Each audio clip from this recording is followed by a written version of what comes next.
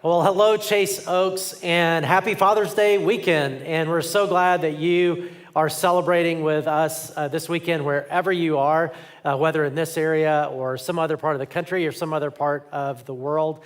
And to help us celebrate dads, we're going to kind of get into the whole experience. We're going to get some help from Taylor Swift, kind of talking about her best day. And so let's get started.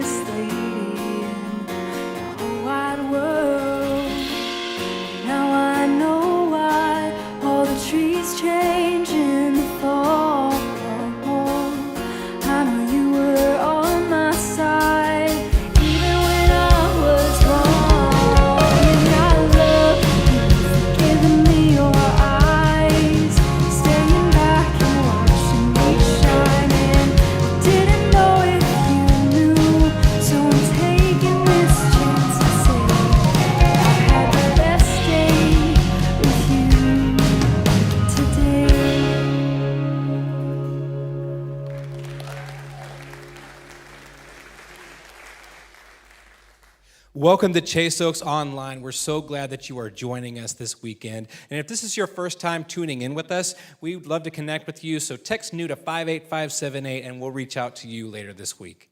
Well, I'm pumped because my friend Matt Snellings is here with us this weekend. He is the San Antonio campus pastor, and he has driven up to join us for the online experience for Father's Day weekend. So we're glad to have him. Matt, can you tell us a little bit about San Antonio, what's going on, and then also It's Father's Day. Maybe a tip for any new dads out there. Okay, yeah. So a lot of great things going on in San Antonio. We've been meeting for monthly meetings. We just wrapped one up last weekend. And starting in August, we will have weekly meetings. And so I'm super psyched about that. Can't Awesome. wait to kick off services there. And hello to my people online. And then father's advice. I mean, that's a lot of pressure. Oh. I think I'll default to something that's like similar to marital advice, which is mom's always right. Something like that. That's like, fair. Listen to your That's mother. fair. That's good. Yeah. But, hey, happy Father's Day to everybody, whether you're here in the room or online, and whether you're a dad, a father figure, or a mentor. Thank you for sharing this weekend with us, and we're so glad to have you with us. And man, what a weekend. Man, we're super excited about the service, and Jeff has an inspirational message that he's going to share with us. I personally can't wait, so how about you? Yeah, I'm really excited about it. So if you will stick around, we're going to be back just a few minutes after the sermon. But for now, we're going to go ahead and kick it over to Jeff.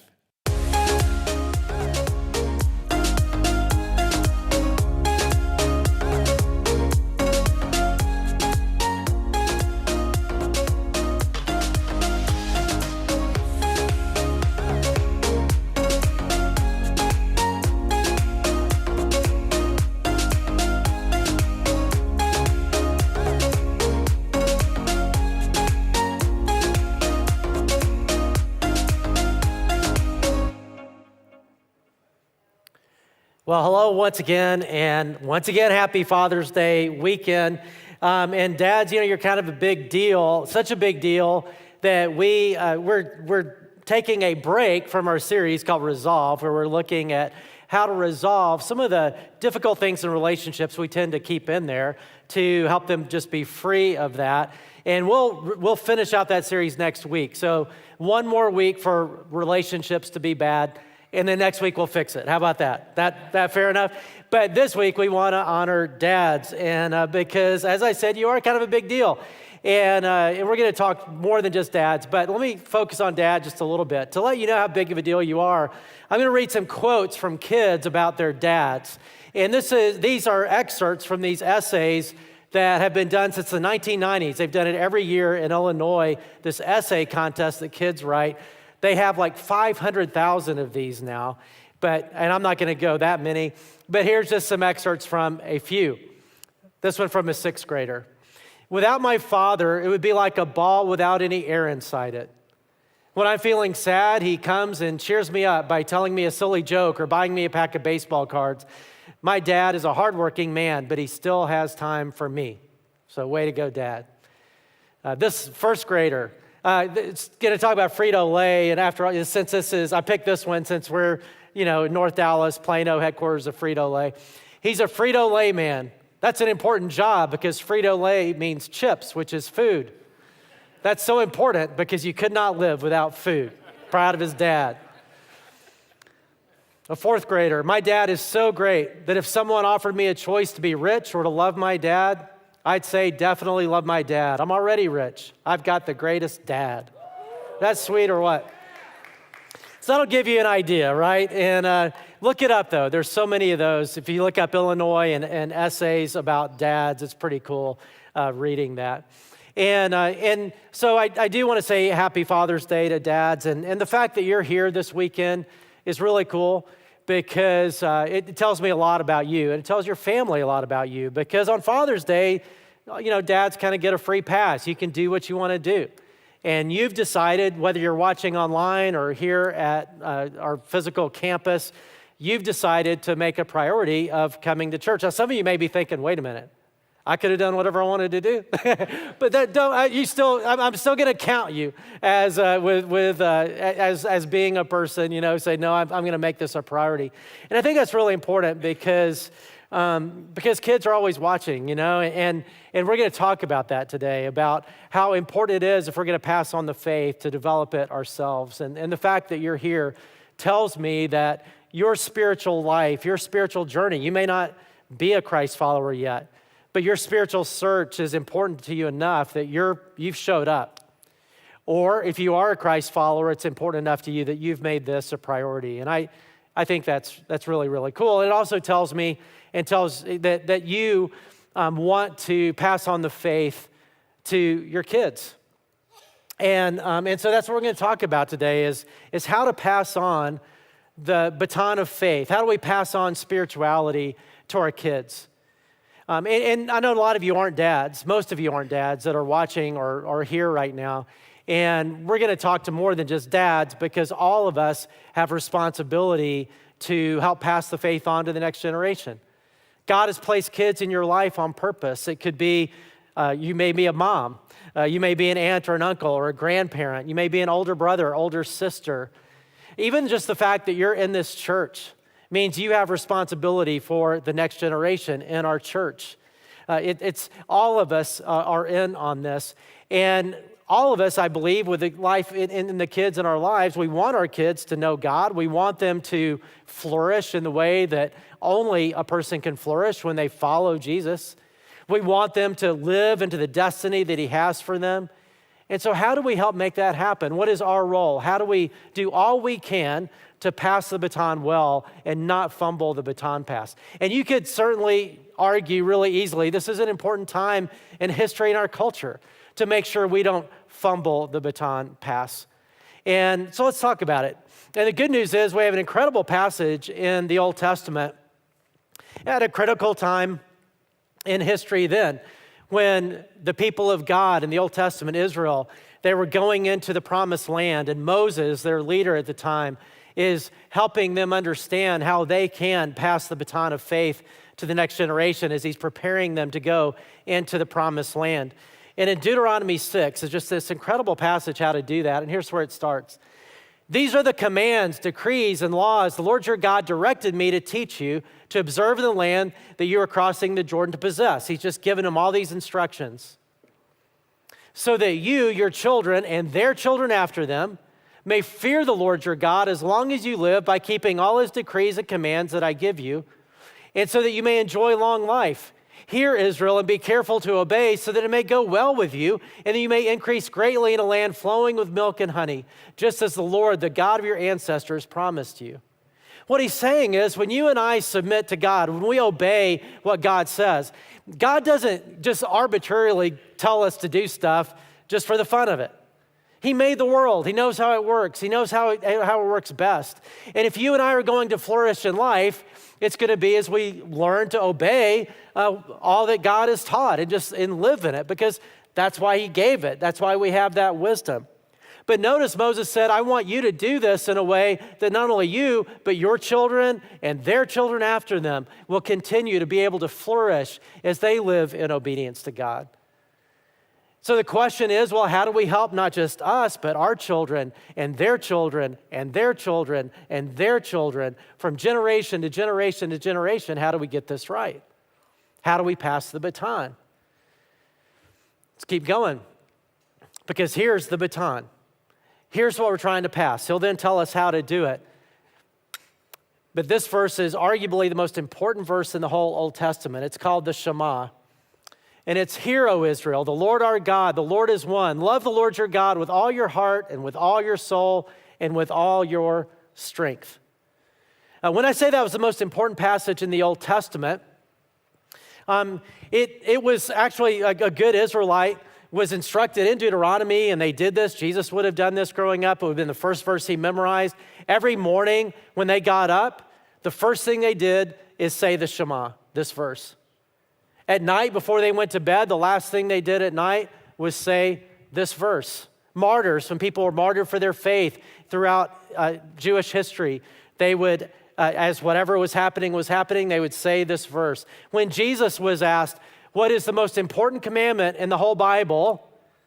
He said, the Shema, this verse. And when you look at it, it makes sense, right? Because it's love the Lord your God with all your heart and with all your soul and with all your strength. That's what we're trying to pass on. It's a life that says, I don't just believe some things. That's not the Christian life. The Christian life goes way beyond that. It's saying, I'm going to love God more than anything else. He's the one that's going to drive my life. I'm going to center my life around Him. And I'm going to love Him with all my heart and with all my soul and all my strength, a passionate devotion to God so that I can live fully into all that He has for me.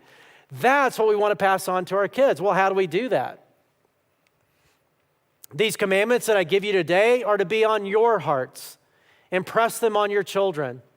Talk about them when you sit at home and when you walk along the road, when you lie down and when you get up.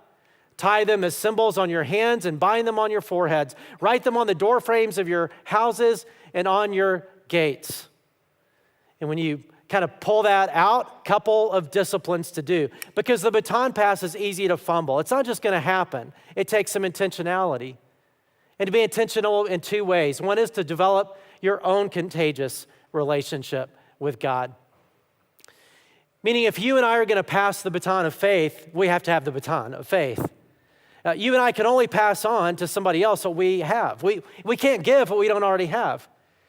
In Christianity, spirituality, a passionate love for God is definitely more caught than taught. And that's why I said develop your own contagious relationship, because spirituality is more like a contagious disease. It's passed organically.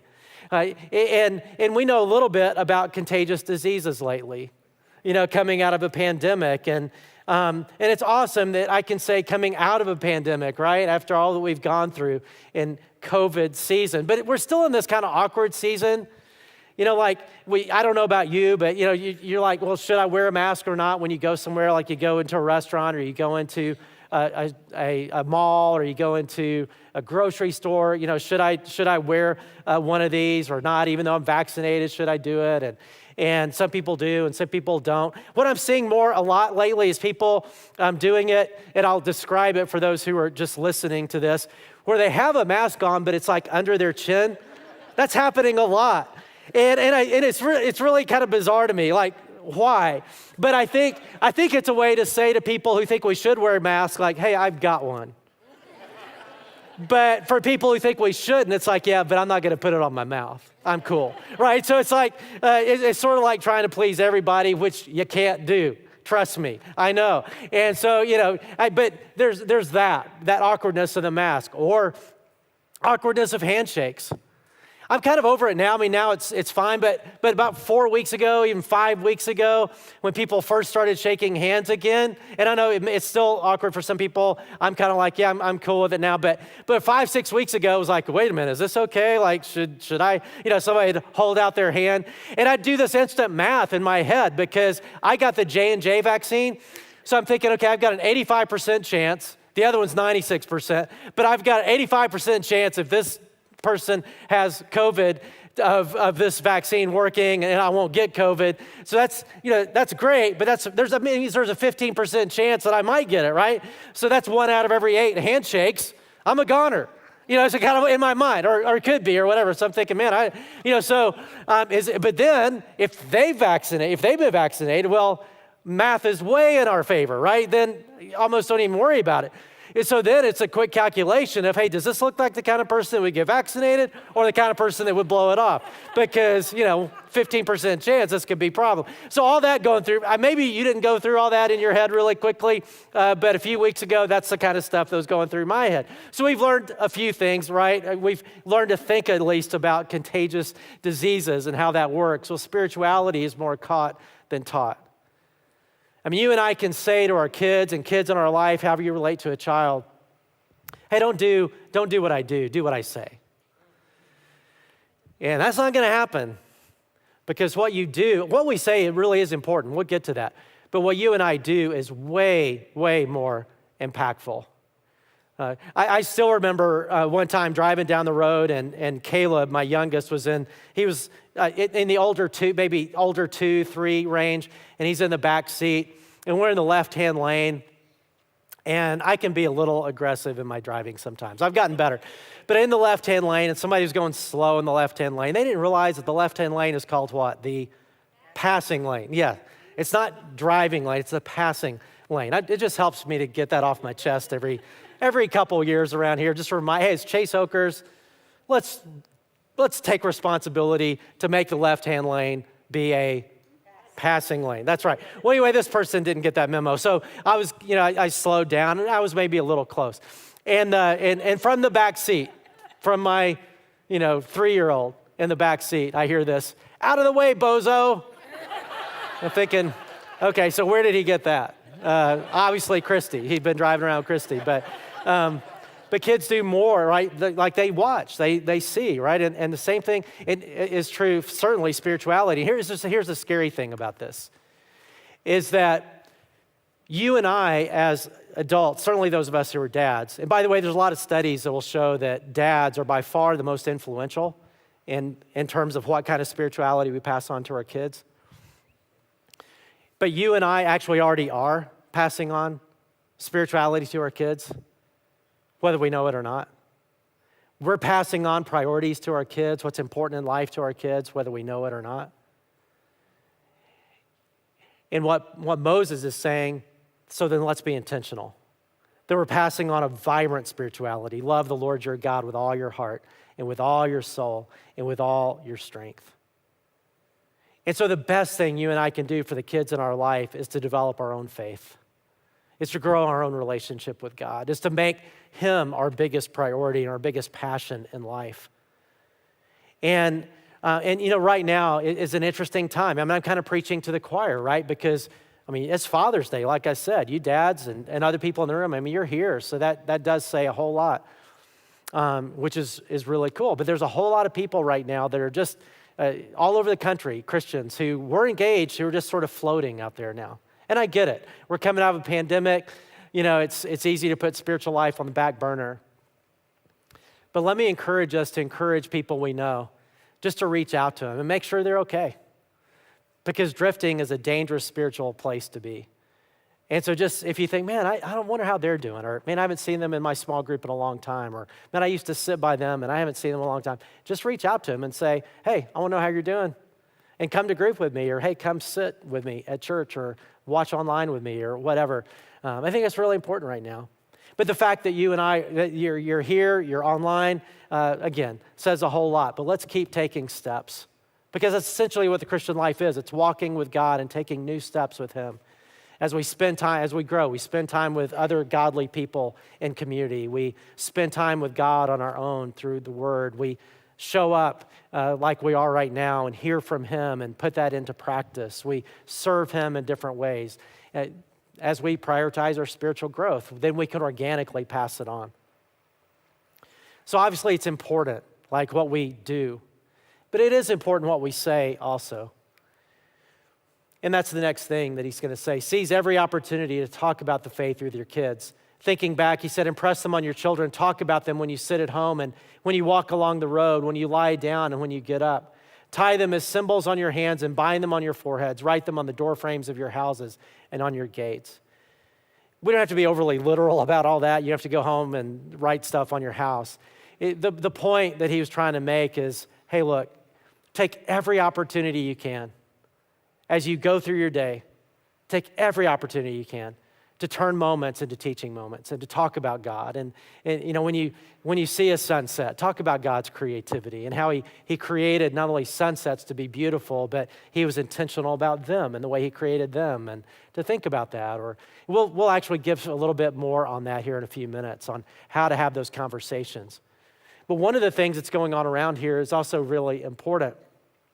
And because as a church, we want to do a really good job passing the baton to the next generation. And so we're making some enhancements, some improvements to our children's ministry, which Kids Zone is awesome.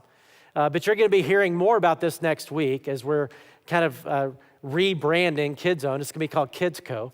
They'll talk about that next week.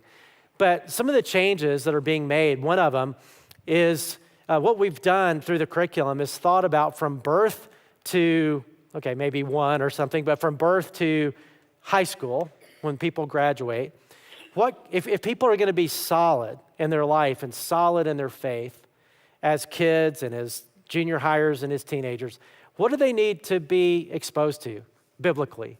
Like, what do they need to know? What kinds of things do they need to be thinking through?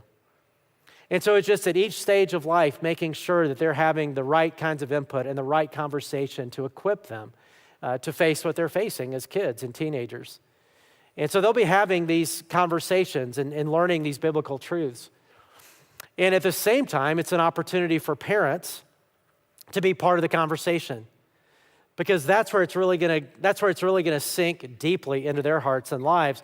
They'll be exposed to it at church. It'll be great. They'll have a blast. They'll have this great discussion. But then there'll be opportunities for however you relate to a child, but for those of you who are parents, certainly, for parents to be able to say, okay, let's talk about that.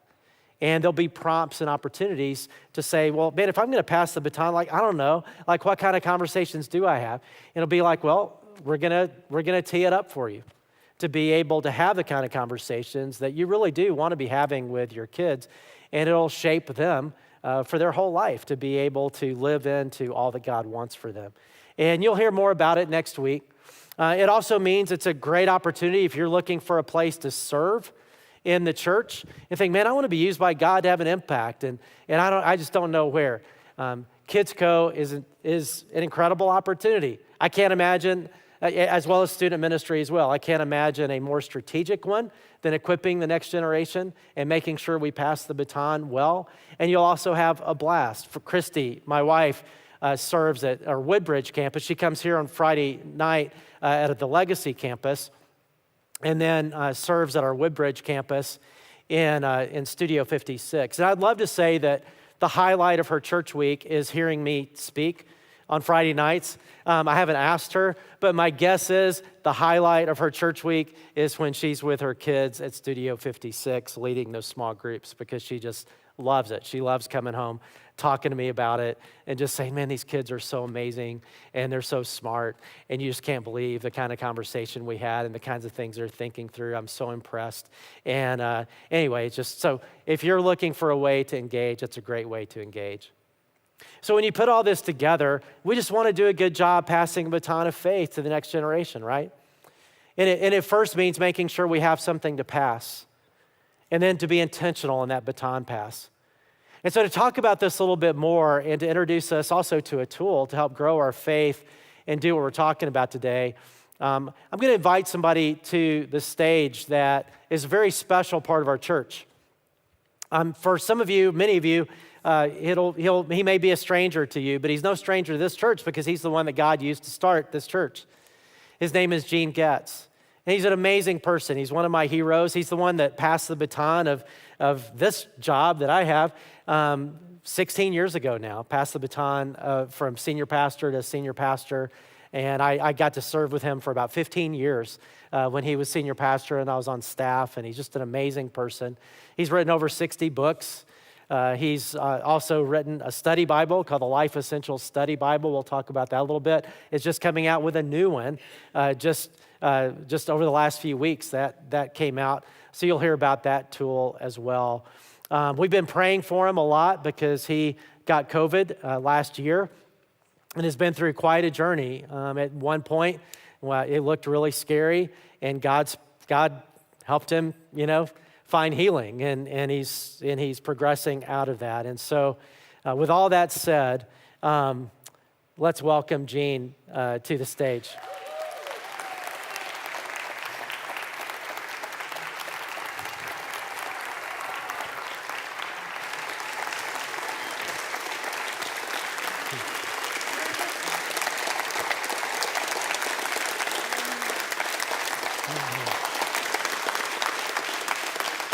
Peter, can you bring my Bible back to me?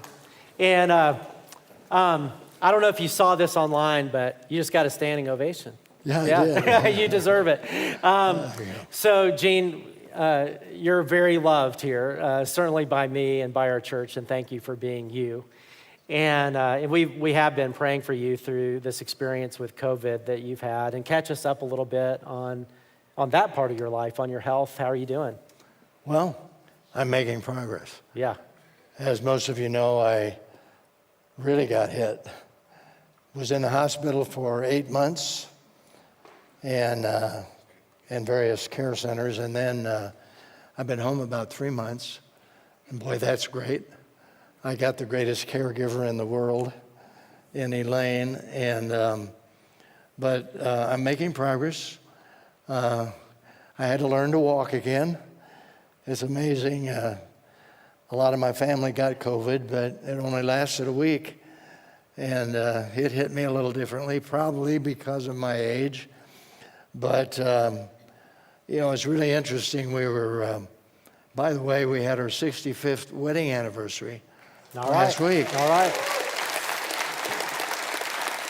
And our family was over, and they were just chatting, and I was listening, and they started talking about that first week or so when I was in the hospital, and the doctor told them, she said that, if you're going to get your family together, you better get them together now. Meaning they didn't know what was going to happen. Yeah. And it just really dawned on me that, and I didn't know much of what was going on, but they gathered in the hospital. But God chose to turn things around. So Yeah. that's why I'm here.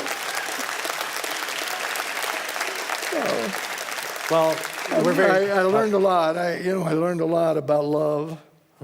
It's one thing to know your kids love you, but at a time like that, you really know it. Yeah. It was great. Well, we're very thankful because there's a lot that God has for you to do.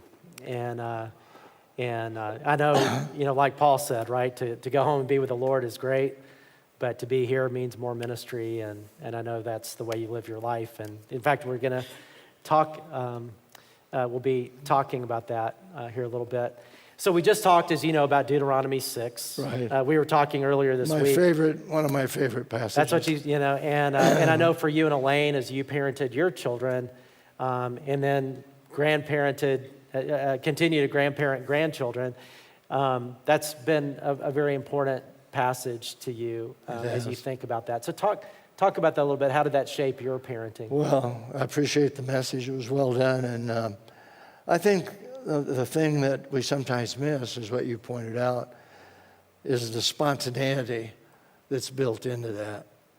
Because to walk by the way and to lie down and stand up and wherever, that's spontaneity. I mean, you don't have your Bible and pull it out and, okay, we're going to talk here, we're going to talk here. It's dealing with the circumstances of life, with the experiences that you're having as children, as a family, and it's a natural moment. I think the most natural moment, by the way, is when you put them to bed at night when they're young, and they like to have you read stories, and they don't want to go to sleep, so you read a Bible story, and they'll say, "Read another one, Daddy." Yeah. And nor ordinarily, they're not that attentive, but they are attentive when you can key into their experience with a biblical truth.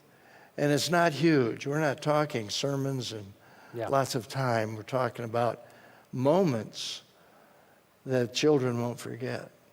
And so, it was a great message. Well, thank you. And those informal times through the day. That's right. And so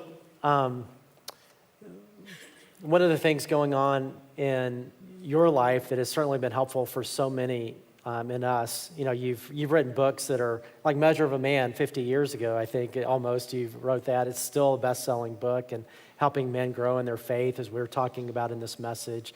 The Life Essentials Study Bible, many Chase Oakers, we use that as part of our life with God. And I know God is using the Life Essentials Bible in all kinds of ways. In fact, a few weeks ago, it was really pretty cool.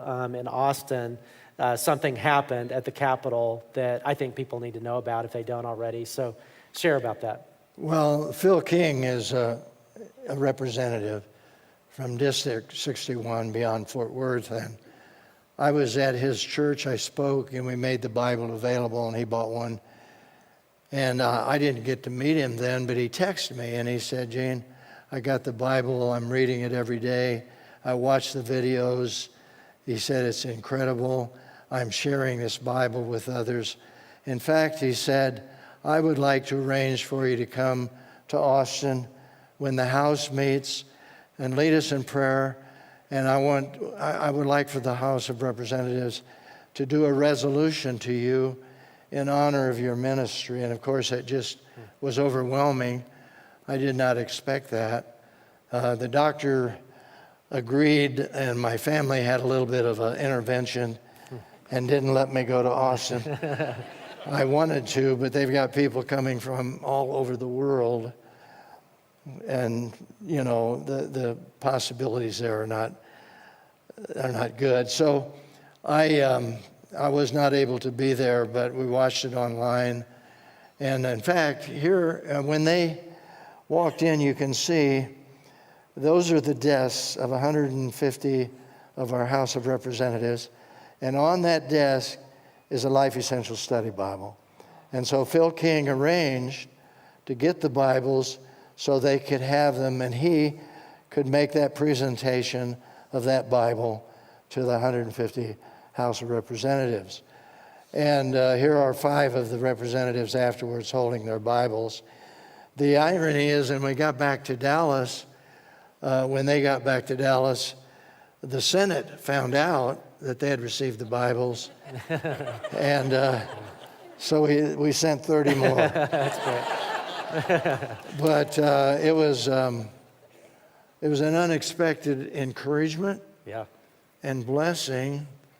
And I just got a text from Phil again.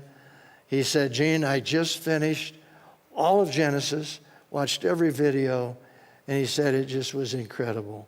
And he said, I'm having fun. I've just ordered another batch of Bibles because I'm giving them out as I meet with these key individuals over breakfast, over lunch. And so That's amazing. it's amazing Yeah. what you guys are doing. So. And for those who don't know, the Life Essentials Study Bible has 1,500 principles embedded, over 1,500, but principles embedded in it with these QR codes, and you see Gene teaching basically that principle, which really brings the Bible to life. When you just read the Bible and think, well, I don't know what that said, I don't know what that means, it pulls that out. And so you can imagine what a great tool it is, not only here, but around the world. And that's happening in some really cool ways. And so talk about that a little bit. Yes, well, it's almost happening every week where something is uniquely happening in other parts of the world. In fact, we just sent 200 Bibles to the Philippines. And we train the pastors. These are for pastors primarily, not exclusively, for church leaders. And it's like a seminary in a box because they've had no formal training. And they've never been taught to prepare messages. And we just, by the way, just sent 200. They're on their way to India, where a graduate of Southwestern Seminary came 2 years ago. I trained him in how to use the Bible. He's now got his doctorate. He's going back to India, taking 200 Bibles with him. In the Bible school, he'll train these pastors on how to use it. But one of the exciting things you'll notice, if I take you to Uganda, Africa, this is about a 3-year project just coming to a culmination. There are 5 motel units there and a large training center and highly arranged with technology. It's called the Life Essentials Study Bible Training Center, where they will bring 25 pastors in from the various areas around, and even from neighboring African countries, because most of them speak English. It's their second language, and they are trained for a week in that training center. We have all the technology for them to access the QR codes, to watch the videos. In fact, they have the technology to put it all on a thumb drive so they can go into the bush, the jungle, the African areas where they don't have access. And all 1,500 videos are on a little thumb drive. And they can have their Bibles. And so I wish you'd pray about that. By the way, you see, we're getting ready to send 2,000. That's a lot of Bibles, folks. And that's a cost. But you see, for every Bible we sell through our ministry, we're able to give one away. All the profits go into a Bible fund. So, for example, if this weekend we sold 2,000 Bibles to y'all, that would give us 2,000 Bibles to send to Africa. And that's how we're doing this, literally, all over the world.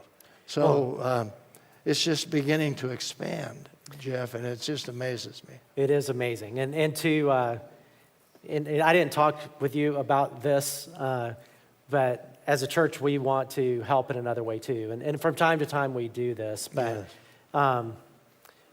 we do want to give you a check out of our global fund. People give to our global fund and are very generous to those. And so we want to give you a check for $10,000 to help do that. And, That'll give us a great start. Just to give you an example, the 2,000 Bibles will cost us $70,000. And twice that, that's just our cost for the Bible. You pay full cost for it.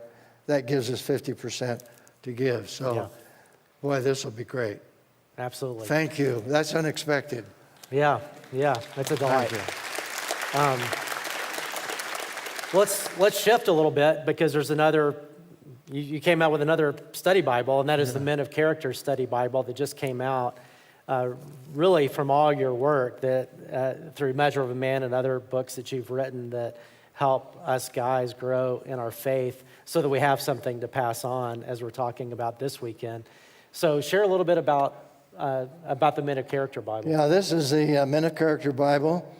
In fact, probably a week ago, those were sitting on a ship on the west coast, and they've just come from the printer overseas, and we were able to get them here for Father's Day, and we're so thankful. But as you said, and here's a fascinating thing in terms of God's timing, is that I basically finished all the editing of these profiles just before I got COVID, and had it finished and to the printer. And so while I've been on the shelf, as it were, it's been in the process of being printed. It has 125 profiles that I've done on men of the Bible. And where you can see a profile, you can see principles lived by that grow from their life and qualities that grow from their life. And you see the bad as well as the good. And God has just laid out the bad as well. And what we can learn from what they didn't do right. And Paul, by the way, when he wrote to Corinthians, he said, these things have been written so that you will not repeat what they have done. And so it's been an exciting study. It's been a life study with Measure of Man. I wrote 12 character books, actually, on Old Testament, New Testament characters. And that's a condensation, picking out the most significant men of the Bible that we can look at. As I said, 125. But I'm so thankful I got that done. Yeah, it's amazing. Yeah, because they were waiting on all that, and then boom, about the next day I was hit with COVID. So God's timing. Yeah. Well, I know God's really going to use that too, and I'm glad it came out too just before Father's Day. So, and by the way, the prices on these are the same as the prices on Life Essentials, and so half of what you spend goes into our fund to ship them. My hope and prayer is that men all over the world can get this, because you go into some of these primitive countries and they have no concept of what it means to be a man, or how to treat a woman, or how to be a father. I mean, it's pagan. It's pagan. And so God is giving us an opportunity there too. Absolutely. Well, for those of you who would like to purchase a Bible at all of our campuses, your campus pastor in just a little bit is going to, or by the end of the service, is going to tell you how to do that.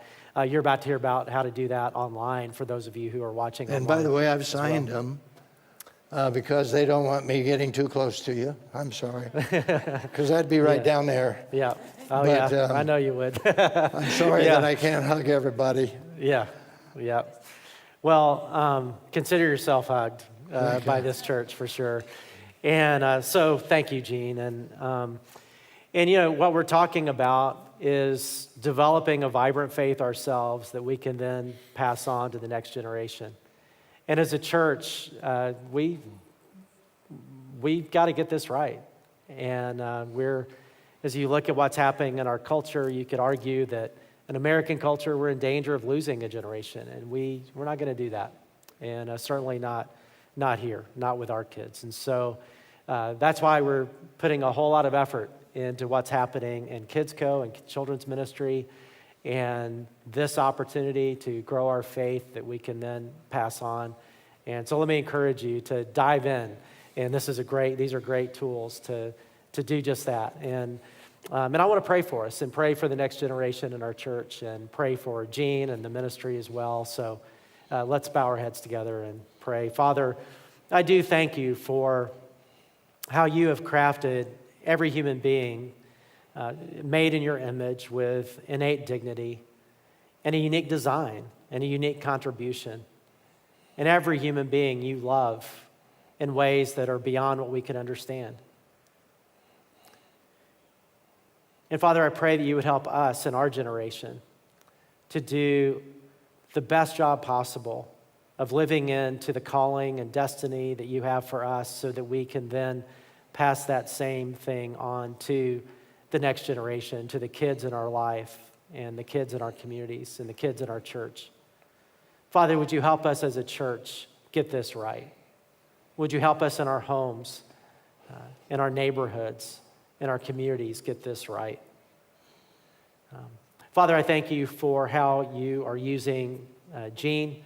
I thank you for how you did spare his life so that much more ministry to come as you continue to use him to bless so many. And I pray that as these Bibles continue to go out and people stay in the Word, and that you would continue to change lives and grow people. And Father, I also pray for anybody who in their spiritual journeys, we talk about loving the Lord our God with all our heart, soul, mind, and strength. It starts with a relationship with you that can only come through Jesus and what he did on the cross to make it possible for our sins to be forgiven and us to know you. And I pray that you pull them toward yourself just to say yes to the forgiveness that you want for them and to your presence in their life to change them and transform. And we thank you for the vision you have for our lives and the vision you have for our kids' lives. Help us live into both. In Jesus' name, amen. Amen. Man, Sure. that is Yeah, that's just true. really inspiring. I can tell that Dr. Gene Getz has been a role model for a ton of people. I hope to accomplish half the stuff he's done. Absolutely. I want to be Gene when I grow up. I mean, that's just so great to see him in person and to be here. You may be wondering, whether you want to get your hands on the Men of Character Bible for yourself or as a gift, how you might be able to do that. You can go online at BiblePrinciples.org and purchase it there. And it is it's a great gift, something great for yourself, and a great way to pass the baton to the next generation if you'd like to. Yes, and speaking of pouring into the next generation, we have got a story about a family who's been doing that by serving in our Kids Zone ministry. So let's go ahead and roll this video.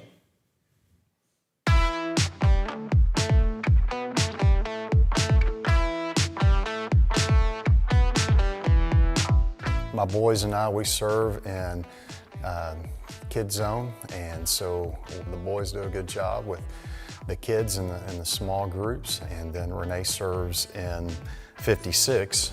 In studio, and the girls are in studio, and we've really all the kids we've always served, and so we just love loving the kids and teaching them about Jesus and playing games with them and just engaging with them, building relationships, and we plug in on our off weekends, and today we'll be in preschool. You know, life is so busy that even though we live under the same roof, sometimes we're just going from school to lessons, and so we just get to be still together and serve together, and it really brings us closer as well, and just builds our family stronger and our life group stronger. For us, it's just investing in this age and to make sure that they hear the gospel and they see people who love Jesus and try to do their best to serve him. I think it's just availability and not ability. It's being available to serve and to fill that need and to really to be here for the kids. People don't realize what a gift it is. It's not just one more thing on their to-do list. It is just what you really just serving. You know, you think you're helping a need, but just the blessings you get back, and just the relationships with the kids. It's just it's so rewarding.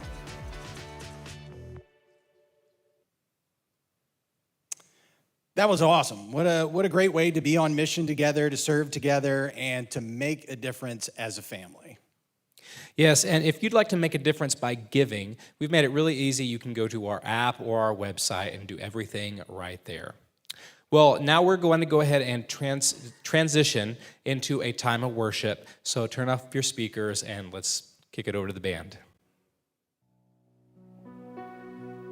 Yeah, I'm going to invite you guys to stand and worship with us. And, as Jeff gave a message about generational faith and what that looks like, I would just encourage you to use this time to just lay that before God, figure out where it is that you need to receive God's blessing and where it is that you can be a part of giving God's blessing. Let's worship.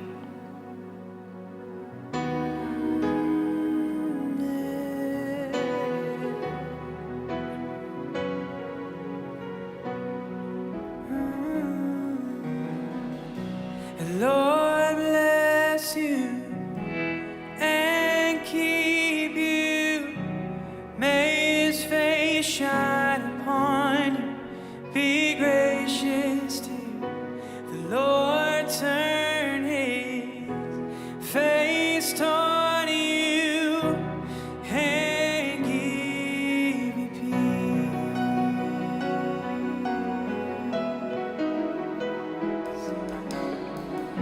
The Lord bless you and keep you. May his face shine upon you and be gracious to you. The Lord turn his face toward you and give you peace. Amen.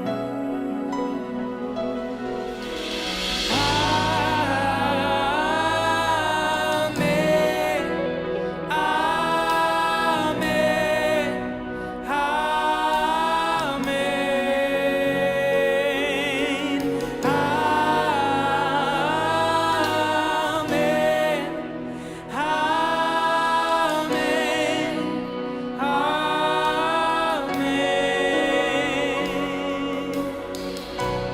Lord bless you and keep you.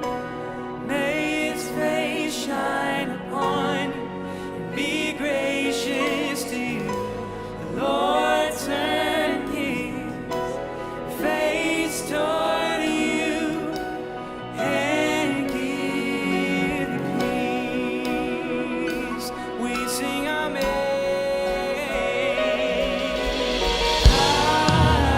His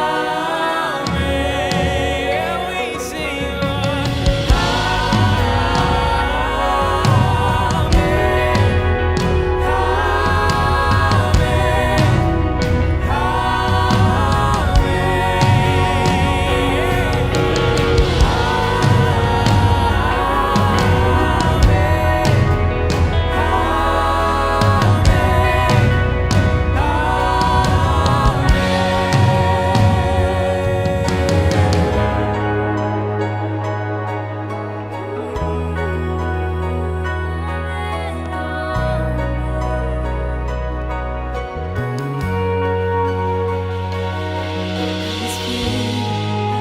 upon you and 1,000 generations, and your family, and your children, and their children, and their children. May his favor be upon you and 1,000 generations, and your family, and your children, and their children, and their children.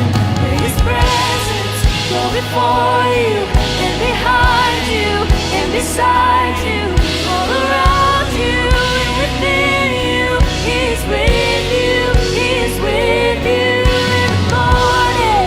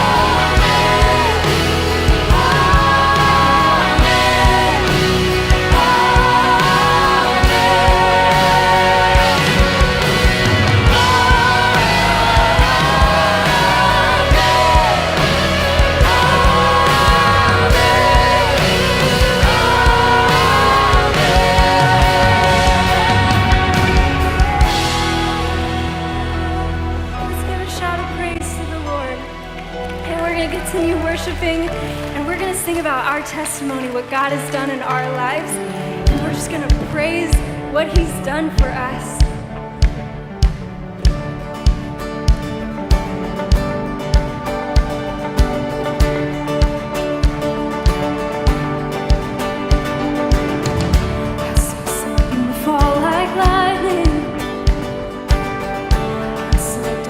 Run for cover,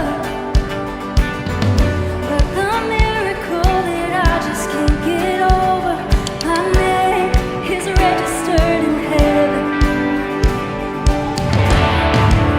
And signs and wonders, resurrection power,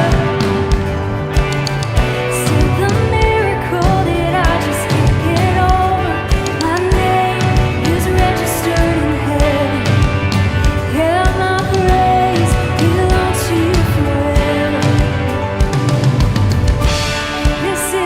Testimony from death to life, 'cause grace rewrote my story. I'll testify, by Jesus Christ the righteous, I'm justified. This is my testimony, this is my testimony.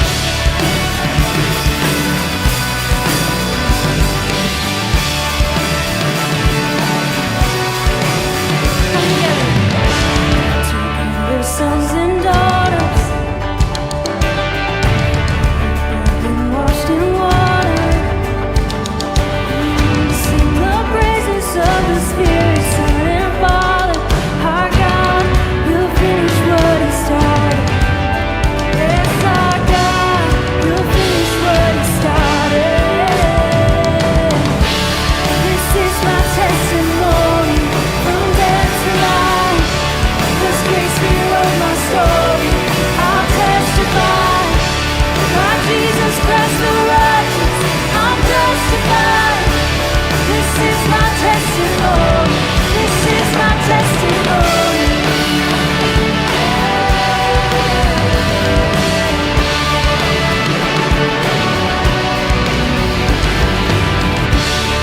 Come on, church, we're gonna sing. If I'm not dead, He's not done. If I'm not dead, You're not done. Greater things are still to come. Oh, I believe. If I'm not dead, You're not done. Greater things are still to come. Oh, I believe. If I'm not dead, You're not done. Greater things are still to come. Oh, I believe. If I'm not dead, You're not done. Greater things are still to come. Oh, I believe.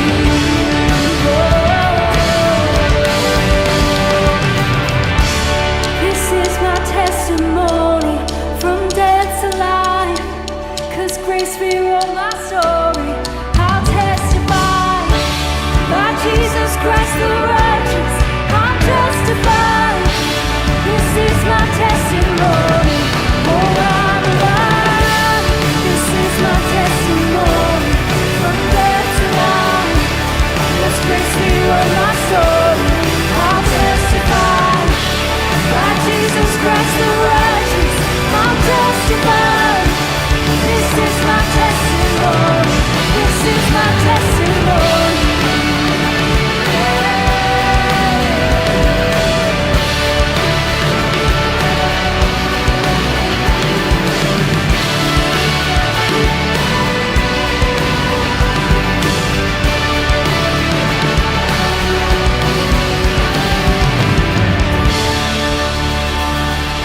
It was so great worshiping with you guys. We hope you have a great week. We'll see you next weekend.